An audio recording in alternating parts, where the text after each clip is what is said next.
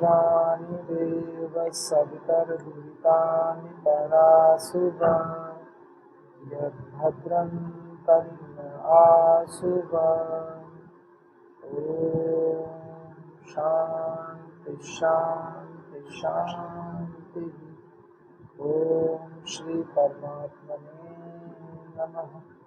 ॐ श्री गुरुभ्यो नमः। ॐ सर्वेभ्यो नमः।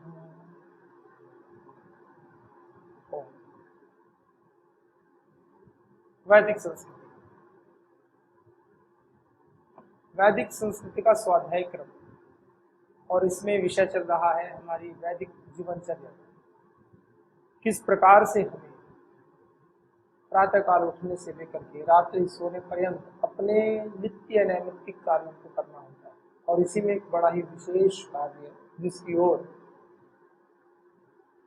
वेदों के माध्यम से परमपिता परमात्मा हमारा ध्यान आकर्षित कराना चाहते हैं, और वो कार्य है संध्या, ब्रह्म यज्ञ जिसको बोलते हैं, तो सामान्य भाषा में संध्या बोलते हैं। प्रातः काल की पावन बेला जब बैठ करके ईश्वर के समक्ष उपस्थित होकर के, जैसे एक छोटा बच्चा माँ की गोद में स्वयं को सुरक्षित महसूस करता है, सुरक्षित उसको अनुभूति होती है, अनुभव, सुरक्षा का भाव। सुरक्षा तो कोई बॉडीगार्ड साथ में सुरक्षा वाले होते हैं, पुलिस वाले होते हैं, कमांडो होते हैं, एसपीजी कमांडो सुरक्षा देते हैं। ऐसे उस परम पिता परमात्मा का जब साथ मिलता है, उसके साथ बैठते हैं, उपासना मंत्रों के माध्यम से ईश्वर का सानिध्य प्राप्त होता है, सुरक्षा तो होती ही है। अत्यंत आनंद का अनुभव होता है, क्योंकि वह आनंद स्वरूप। सुरक्षा और आनंद प्रेम के साथ, ये है उपासना संध्या में बैठने का लाभ। केवल सुरक्षा का ही भाव नहीं, और केवल आनंद ही आनंद, सुरक्षा न हो ऐसा नहीं। तो इसीलिए ईश्वर के पथ पर चलने वाला प्रत्येक साधक भयमुक्त हो जाता है। ईश्वर के पथ पर आगे बढ़ने वाला प्रत्येक साधक अभय हो जाता है, क्योंकि भगवान के सानिध्य में, भगवान की सन्निधि में बैठने से उसको सुरक्षा भी मिलती है और आनंद भी आता है। कोई छोटा बच्चा शैतानी करे, उसके साथ 4 गार्ड लगा दो तो सुरक्षा तो मिल जाएगी, लेकिन बच्चा कहेगा आनंद नहीं आ रहा। भगवान कैसे नहीं, वो हमें अत्यंत सुरक्षित भी रखते हैं और हमारे आनंद को भी बढ़ाते हैं। इसलिए जब भी आप संध्या में बैठे, ब्रह्म यज्ञ में बैठे, इस भाव से बैठे कि हे पिता, हमारी सुरक्षा भी आपके हाथ में है, और आपका तो स्वरूप ही आनंद है, आनंद स्वरूप। ओम स्वः, ओम भूर्भुवः स्वः, गायत्री मंत्र कहते हैं। और ये 3 शब्द हैं, भुवः स्वः, ओम भूः, ओम वः स्वः। ये 3 शब्द हैं, भूर्भुवः स्वः। इनको महाव्याहृति मंत्र कहा जाता है। ये महाव्याहृतियां बड़े बड़े अर्थ हैं। ओम भू, परमात्मा प्राणों से प्यारा है, वह दुख विनाशक है, और कैसा है, सुख स्वरूप। ये सुख लौकिक सुख की बात नहीं चलेगी, ये कभी समाप्त न होने वाला सुख है। और ईश्वरीय सुख की जब बात आती है तो उसको आनंद शब्द से अभिव्यक्त किया जाता है।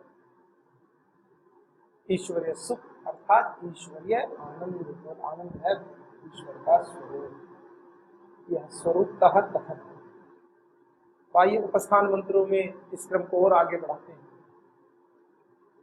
हमने पिछले अंकों में चर्चा की ईश्वर के सानिध्य में क्यों बैठे, और इससे आगे बढ़ते बढ़ते भगवान ने हमें कितने आशीष हमें दिए कि 100 वर्ष तक जियो, 100 वर्ष तक बोलो, 100 वर्ष तक देखो, और तो कहा अधीनः श्याम शरण, अधीन होकर के जियो, किसी के ऊपर आश्रित होकर के जियो। अपनी इंद्रियों को सबल बनाओ, अपने समस्त इंद्रियों को सबल बनाओ, जितेंद्रिय बनाओ, वाणी 100 वर्ष तक बिना लड़खड़ाए बोलती है। हमारी ज्ञानेंद्रियां, हमारी कर्मेंद्रियां ठीक ठीक काम करने वाली, हमारा मन हमारे नियंत्रण में हो। मन नियंत्रण में नहीं आता, बाकी तो सब नियंत्रण में आ जाए। यूं कहते हैं मन बच्चे का और बूढ़े का एक हो जाता है। मन की तो ऐसी कहानी कि छोटे बच्चे का और बूढ़े व्यक्ति का मन एक जैसा। छोटी छोटी कहावतें जो गांव में, जो ग्रामीण परिवेश में मिलती हैं, ये सार है इस जीवन का। एक बुजुर्ग लेटे हुए हैं खाट पर, बिल्कुल सामान्य भाषा में, खाट बैठ चौकी, कोई अच्छी सी चीज घर पे बनाई हो और पास में छोटा बच्चा बैठा हो। छोटे बच्चे को दे दो और बड़े बुजुर्ग को ना दो। सामान्य रूप से बुजुर्ग फिर देखते हैं, तो घर में कहते हैं कि बस देखो बच्चों को देख देख के देखो, बच्चे को देखो आया नहीं। ऐसे बहुत सारी ऐसी बातें। वो ये नहीं चाहते कि बच्चा ना खाए, वो चाहते हमें भी मिले। दोनों बातों में अंतर है। जो परिवार वाले इसको इस भाव से लेते हैं कि देखो बच्चे को खाते हुए देख रहे हैं, क्योंकि वो आपके भी पिता हैं, पिता के भी पिता हैं, माँ की भी माँ। वो कभी भी छोटे बच्चे के भोजन करने को लेकर के या उनकी किसी अच्छी वस्तु को भक्षण करने या खाने को लेकर के कभी उनके प्रति गलत भाव नहीं रखते, कभी नहीं रखते। लेकिन उनका मन करेगा कि हमें भी, ये होता है बूढ़े व्यक्ति का। इसलिए मन की साधना साधक को विशेष करनी चाहिए। यदि मन को नहीं साधा तो मन आपके हाथ से निकल जाएगा। आपका शरीर तो छूट जाएगा लेकिन मन की साधना अधूरी रहेगी। मन को साधु साधु, साधक सावधान। इंद्रियों के विषयों से मन को त्रस्त रखें। ज्ञान पूर्वक उपभोग, त्याग पूर्वक उपभोग। भोग करने के लिए मना नहीं कर रहे हैं, विषयों का सेवन करने के लिए मना नहीं कर रहे हैं। सामने दृश्य उपस्थित है तो ऐसे थोड़ी आंखें बंद कर लेंगे, लेकिन सब ठीक ठीक। सामने से ट्रेन आ रही है, हमें तो देखना नहीं, भाई देखना है। मार्ग सड़क पार कर रहे हो, हमें तो दृश्य से मतलब नहीं है, तो देखना है ना, तो चोट लग जाएगी। लेकिन कितना देखना है एक अलग बात है। कुछ लोग जाकर के सड़क पर खड़े जाते हैं, वो बस देखते रहते हैं, उनको जाना भी कहीं नहीं होता। वो कहते हैं बस ऐसे खड़े होकर देख रहे हैं मार्ग को, ट्रैफिक को आते जाते, उनको इसी को देखने में देखो दृश्य का सुख। कोई अच्छी वस्तु देखी, बार बार मुड़ मुड़ कर देखते हैं उसको, चाहे उससे कोई लेना देना नहीं।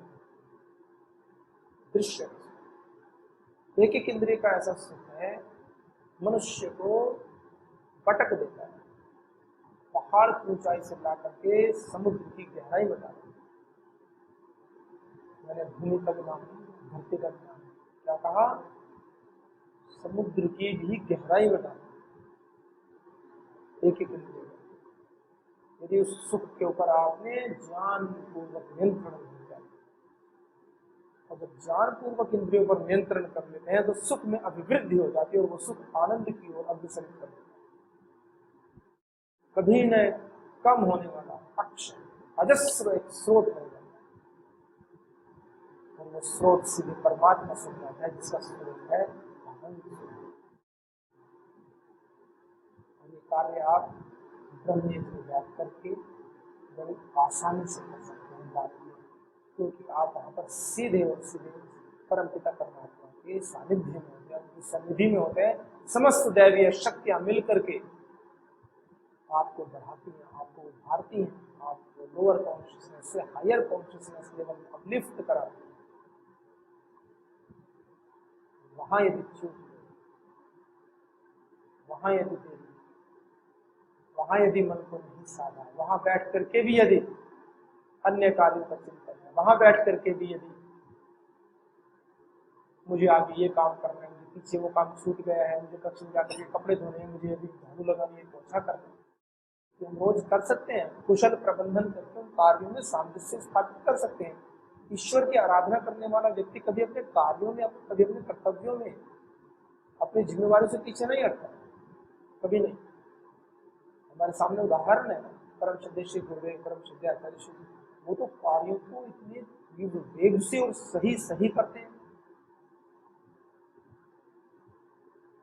ईश्वर आस्तिक व्यक्ति, ईश्वर का जो भक्त है, जो प्रेमी है, जो साधक है, वो कभी गंदगी में नहीं रहता, मैले कुचले कपड़े नहीं पहनता। ये जो कोई भी बात कहते हैं ना, बाहर से क्या होता है जी, अंदर से मन साफ होना चाहिए, ये उन लोगों की पता होता है थोड़ी सा आलस से प्रभावित करते हैं। ईश्वर के पथ पर चलने वाला व्यक्ति और गंदा, बाहरी गंदगी अर्थ ही नहीं, हो ही नहीं सकता। परमात्मा का नियम सबके लिए समान। अष्टांग योग के अनुपालन की जब बात आती है और बाह्य शुचिता की बात आती है, तो सबसे पहले शौच को लिया है, पवित्रता को लिया है, शुद्धता सफाई को लिया है, स्वच्छता को लिया है। ईश्वर प्राप्त करने की बात करते हैं और कक्ष इतना गंदा, कपड़े में, किसी किसी के कक्ष में चले जाओ, बेड पर कपड़े पड़े हैं, बदबू आ रही है, बाथरूम खोलो तो बाल्टी नीचे भीगे हुए कपड़े। क्या तुम साधना, ये साधना एक बहुत ही श्रेष्ठ आचार्य पतंजलि संन्यास आश्रम में रहते हैं। आप इससे बहुत को तो पता ही नहीं, वो कभी आते ही नहीं, बस अपने पढ़ाते हैं, अपने कार्य करते हैं। महाराष्ट्र के बड़े विद्वान पूज्य आचार्य 70-80 इयर्स अवस्था में, उनके कक्ष में सारे कार्य स्वयं करते हैं, भोजन बनाने से लेकर पोछा लगाने से लेकर, किसी का कोई सहयोग नहीं। ऐसा नहीं है कि ब्रह्मचारी या सन्यासी नहीं करना चाहते, वो लेते ही मना करते हैं। और कोई करता भी है, मान लीजिए कि नहीं हमें करना ही है, तो उनको पीड़ा हो, तो करने दे। उनके पोछे का कपड़ा जो वो फर्श पर लगाते हैं, कई लोगों के कुर्ते के कपड़े से भी ज्यादा लगते हैं। उनके पोछे का जो फर्श पर पोछा लगाते हैं, इसे कहते हैं शौच, इसे कहते हैं शुचिता, इसे कहते हैं स्वच्छता, इसे कहते हैं ईश्वर आस्तिक। जीवन में लक्षित होता, आचरण में परिलक्षित होता। उनके कक्ष में पैर रखते भी सोचना पड़ता है कि फर्श गंदा न हो, इतनी सफाई। जीवन में शुचिता यदि नहीं आ रही है तो समझ लो कि उनसे हट रहे हो, योगांग के अनुष्ठान से पीछे, योग से पीछे। और अंत करते हैं थोड़े कठोर बात है, ईश्वर से ही दूरी हो। बाह्य ज्ञान नहीं, ईश्वर को तो बाह्य मलिनता तो छोड़ो, आंतरिक यदि मलिनता भी है वो भी पसंद नहीं। ज्ञान मल अंधकार चिंता है, ये भी पसंद। बाहर से प्रयास तो करें, मन तो हमारा साफ है, बाहर से गंदे पड़े सड़े पड़े, हम कैसे मान लें? कैसे मान लें? यदि एक दीपक प्रकाश कर रहा है तो बाहर भी तो प्रकाश होगा, बाहर भी तो अंधकार दूर होगा। यदि अंदर से साफ है, अंदर से पवित्रता है, ज्ञान में ज्ञान पवित्र हो रहा है, तो बाहर गंदगी हो कैसे सकती है? संभव नहीं। इसका मतलब ज्ञान में शुद्ध, ज्ञान में शुद्धता नहीं है, केवल शब्द है, वाणी है, जीवा विशेष स्थानों पर टकराकर शब्दों का उच्चारण कर रही है, शब्द में गंभीरता नहीं है, शब्द में पवित्रता नहीं है, पावनता नहीं, शब्द में दम। उस परम पिता परमात्मा के सानिध्य में बैठ करके जब ध्यान साधना करते हैं, उपासना करते हैं, संध्या करते हैं, तो सबसे पहला कर्म क्या है? अत्यंत शुद्धता से बैठना, अत्यंत पवित्रता से बैठना। परम पिता परमात्मा के पास बैठने सोच कर, व्यक्ति किसी फंक्शन में जाता है, घर परिवार में, शादी विवाह में, किसी के जन्मदिन पर तो छोड़ो, किसी की 13वीं में भी जाता है तो नहा धो करके अच्छे कपड़े पहन करके जाता है। तो उस परमपिता परमात्मा के पास बैठ रहे हैं जाकर के, चलो ऐसे सुस्त सुस्त से होकर के, ऐसे कपड़े पहन करके, बिना नहाए धोए, चलो कोई विशेष अवस्था नहीं है, हाथ पैर तो धोए, मुंह तो धोए। कुछ तो इतने आलसी होते हैं। पतंजलि संन्यास आश्रम में सारे अच्छे, कभी आप लोग दर्शक भी सोचे कि एक बात बता रहा हूँ बड़े परिप्रेक्ष्य, उनका तो जीवन ही इसलिए कि अपने कर्तव्य कर्मों को करते हुए इस पथ पर आगे बढ़े। आप सब अच्छे ही, कुछ लोग आपके भी सकते हैं, संज्ञान में है, इस कार्य को गौण माने, कुछ तर्क देते हैं। कोई शरीर की शुद्धि नहीं, बाह्य शुद्धि, आंतरिक शुद्धि आवश्यक है। अरे महर्षि पतंजलि जी ने कहा है, गलत कहा है। उन्होंने नियम दिए, यम आंतरिक शुद्धि के लिए होते हैं, नियम बाह्य शुद्धि के लिए। और बाह्य नियमों में भी पहला नियम बताया है शौच, पवित्रता, शौच, संतोष, तपस्या, ईश्वर प्रणिधान, तब उस परमेश्वर के पास बैठे तो अत्यंत शांत करके अच्छे से आइए आगे बढ़े। तो हमने 6 मंत्रों को पढ़ा इसमें, किस प्रकार से परमात्मा हमें चाहते हैं कि हम 100 वर्ष तक, और व्यस्त श्रद्धा शतात 100 से भी अधिक वर्षों तक हम अच्छे रहेंगे। केवल 100 वर्ष तक ही नहीं, 100 वर्ष तक हो गए और बूढ़े होकर के मर जाए ना। व्यस्त श्रद्धा शतात, आपके जीवन में तप जितना अधिक है, आप आगे समाज का, संसार का कल्याण करेंगे, दिव्य जीवन जिए, शुभ गुणों से युक्त हो, दीप्यमान जाजुल्यमान नक्षत्र की तरह अपने जीवन को आगे बढ़ाएं, ज्ञान के चक्षु के रूप में प्रकाशक बने, अन्यों के प्रकाशक बने, मार्गदर्शक बने। क्या कहा कभी ने, बड़े पद्यात्मक अर्थ दिया है, तत्चक्षुर्देव हितम पुरस्तात् शुक्रम उच्चरत। जगदीश यह विनय है, विनय है निवेदन। जगदीश है इस जगत के ईश, इस जगत के चलाने वाले, इस जगत के नियंत्रण करता है। जगदीश यह विनय है, हम वीर वर कहावे, होकर शतायु स्वामी तुमसे लगन लगावे। 100 साल तक हमारी आंखें हो ज्योति भारी, 100 साल तक आंखों में ज्योति भेद दिलाएंगे, तो भाव दे रहे। कानों में शब्द सम्यक, सुनने की शक्ति सारी, सुनते तो कान का पर्दा ही हो गया। ये वाणी विराट प्रभु की वृदावली सुनावे, परतंत्रता है पातक स्वातंत्र्य मंत्र गावे। 100 वर्ष से अधिक भी जीवित रहे सुखारी, क्या बात, 100 वर्ष से अधिक भी जीवित रहे, दुखारी नहीं का, सुख के साथ। कि दुखी भी हो गए, शरीर जर्जर हो रखा है, बस ये रोज लेटे हुए, सुबह उठते ही कहते हैं भगवान उठा। बहुत सारे बुजुर्ग ऐसे हैं, क्षमा करना लेकिन है तो है, सुबह उठते ही उनका यही होता है भगवान, जो मिलना है उससे कहेंगे बस भगवान उठा ले, सबको उठा ले, मुझे नहीं उठा। कुछ की ये पीड़ा, कुछ बुजुर्गों की ये पीड़ा रहती है, उनके साथ के तो सारे चले गए, अकेले बच गए। कुछ बुजुर्ग ये कहते रहते उठा ले, अरे ये तो भगवान ने कितना अच्छा जीवन दे दिया आपका, ईश्वर ने ऐसा जीवन दिया है, आपको तो अत्यंत प्रसन्न होना चाहिए। मान लीजिए आपके शरीर में ताकत नहीं है, मान लीजिए आपकी इंद्रियां थोड़ी कमजोर हो गई, लेकिन मन से ईश्वर का चिंतन तो आप कर सकते हैं, मन से चिंतन, परमात्मा से प्रार्थना कीजिए, परमात्मा कोई बात आंखें बंद कर, बस प्रभु का चिंतन। कुछ नहीं आता है तो ओम ओम ओम ऐसा जाप मन में 24 घंटा। वाणी साथ नहीं देती है, जीवा नहीं चलती है, टकराती है, मुंह में दांत नहीं, कोई बात नहीं। ओम, ओम में, ओम केवल ध्वनि, आपके मुंह की कोई आवश्यकता नहीं, ओम केवल ध्वनि, शब्द नहीं। और वाणी भी साथ ना देती हो, ध्वनि भी ना निकलती, मन में जाप वो तो अंतर्यामी है, वो तो मन की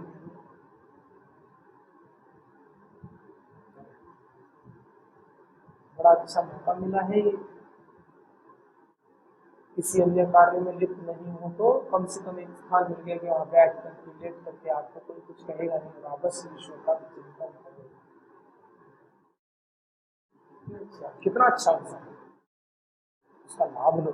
इस जीवन को व्यर्थ में ऐसे मत सोचो कि उठा लो उठा लो। वो तो जब उठाएंगे तो किसी के रोके ना, तो सारे रिश्तेदार मिल के आ जाओ, खड़े हो जाओ, डॉक्टर के पास ले जाओ, वेंटिलेटर में कहाँ कहते हैं, आईसीयू में, आईसीयू में भर्ती करा तो भी ले जाएंगे। अवसर है, इसके बाद छोड़ो। 100 वर्ष से अधिक भी जीवित रहे सुखारी, सर्वांग की क्रियाएं स्थिर रहे हमारी। सर्वांग की क्रियाएं, समस्त शरीर के समस्त अंगों की क्रियाएं स्थिर रहे, ठीक ठीक कार्य करें। थोड़ा सा भोजन गरिष्ठ कर लिया, दस्ता नहीं, क्या भूखे मारे दम निकला जा रहा है, ऐसा शरीर हो रहा है। सर्वांग की क्रियाएं स्थिर रहे, कभी नहीं भी मिला भोजन, फिर कभी गरिष्ठ भोजन हो भी गया, कोई बात नहीं, ऐसा हमारा शरीर है। और क्या कहा, फिर उपस्थान मंत्रों के बाद गायत्री मंत्र की बात है। गायत्री मंत्र को तो हम संध्या मंत्रों में पहले भी कर चुके हैं। ओम भूर्भुवस्सुः तत्सवितुर्वरेण्यं भर्गो देवस्य धीमहि धियो यो न प्रचोदयात्। कितना सुंदर गायत्री। ओम उस परम पिता परमात्मा का मुख्य नाम है। ओम, इसी दिन ओम की व्याख्या विशेष है। ओम की एक शब्द में सार समाये, अपार अपार। ओम जो दीर्घ उच्चारण से बोला जाता है उसको प्लुत बोलते हैं। कुछ सोचते हैं कि आकार ऊ कह रहे हैं तो ऊ में वो 3 शब्द बना देते हैं कि वो प्लुत निशान, प्लुत यानी दीर्घ उच्चारण करना, जैसे हम सब उच्चारण करते हैं ना। तो जो ओ को लंबा उच्चारण कर रहे हैं तो भाषा में संकेत होता है, तो ये संकेत होता है, 3 शब्द बना देते हैं। ओ जो है ये संयुक्त अक्षर है, तो इसमें 2 अक्षरों का समावेश हो जाता है, आकार और उकार। आकार उकार और मा तो बाद में है, मकार, 3 अक्षर है। इसकी बड़ी विशेष व्याख्या उपनिषद में कर रही है, अच्छी तरह सरस्वती जी ने भी बड़ा विशेष वर्णन किया है। ओम भूर्भुवस्सुः, ओम भूर, परमात्मा कैसा है, प्राणों से प्यारा है। इसी गर्दन और पानी में डुबोनी नहीं तो धारण के लिए होता है। और व्यक्ति से पूछा जाए बता भगवान चाहिए कि प्राण, तब पता चलता है क्या चाहिए। ईश्वर प्राणों से प्यारा है। अब आप ऐसा नहीं कि दम निकला जा रहा है, शरीर छटपटा रहा है और संकल्प ले रखा है कि बाहर निकलूंगा तो लोग कहेंगे कि नहीं नहीं इसको तो प्राण प्यारे हैं। अरे प्राण प्यारे हैं, वो एक स्थिति आती है जब साधक लोग समाधि में बैठ करके प्राणों को विश्व में विलय कर देते, अपने प्राणों का विसर्जन कर देते, प्राणों की हवि बनाकर परमात्मा को समर्पित कर देते हैं, क्योंकि उनको परमात्मा अपने प्यारे हैं। कर्तव्यों का निर्वाह करते हुए करते हैं, कर्तव्यों को छोड़ करके। एक बड़ी स्थिति है, बड़ी ऊंची स्थिति है, एक जबरदस्ती वाला कार्य। दम निकला पड़ा है, नाक बंद करके पड़े हैं, प्राणों से प्यारे हैं, प्राणों से प्यारे हैं, पता चला हाथ ट्रैक हो रहा है, नरक में जाओगे। ये स्थिति वो कुछ स्थिति की बात नहीं, तो आत्मघात हो जाएगा ऐसा करेंगे, और आत्मघात तो पाप बहुत ऊंची। तो चलिए ईश्वर के गुणों की चर्चा में करेंगे, बहुत सुंदर होगा। आप सभी जानते हैं गायत्री मंत्र के रूप से, इससे गायत्री विशेष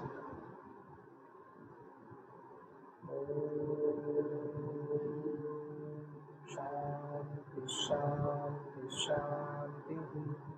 ओम श्री परमात्मने नमः। ओम श्री गुरुभ्यो नमः। ओम सद्गुरु